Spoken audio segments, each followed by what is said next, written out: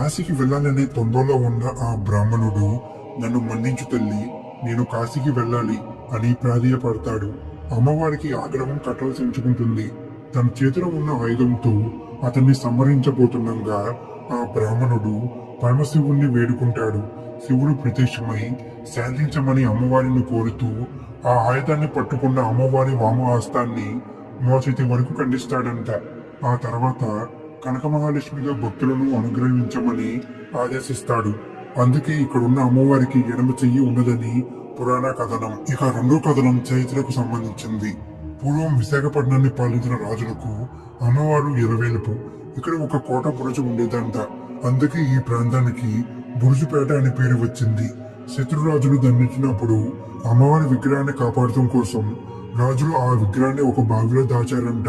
ఆ కంగారులోనో లేదా బావిలో పడేసినప్పుడు విగ్రహం యొక్క చెయ్యి విరిగిపోయి ఉండొచ్చని చరిత్రకారులు భావిస్తారు.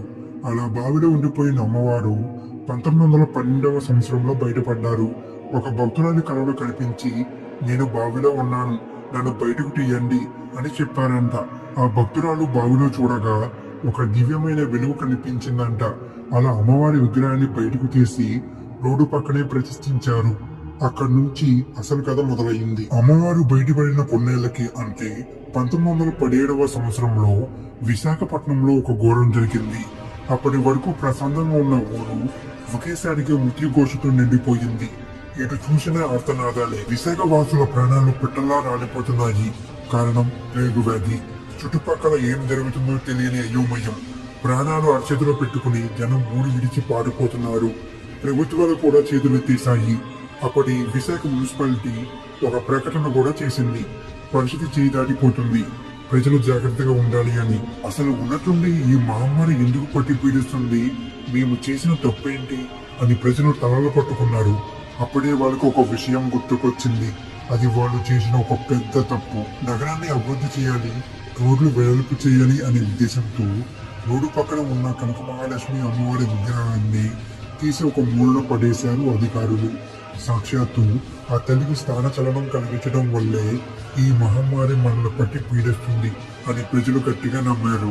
ఇక ఆలస్యం చేయలేదు. ఊరంతా ఏకమై అమ్మవారి విగ్రహాన్ని తిరిగి యథాస్థానంలో అంటే ఇప్పుడు ఉన్న చోట ప్రతిష్ఠించారు. తల్లి, మా తప్పుని మన్నించు, మమ్మల్ని కాపాడు అని వేడుకున్నారు. నమ్మితే నమ్మండి, ఇది సైన్స్ కూడా అందని మిస్టరీ.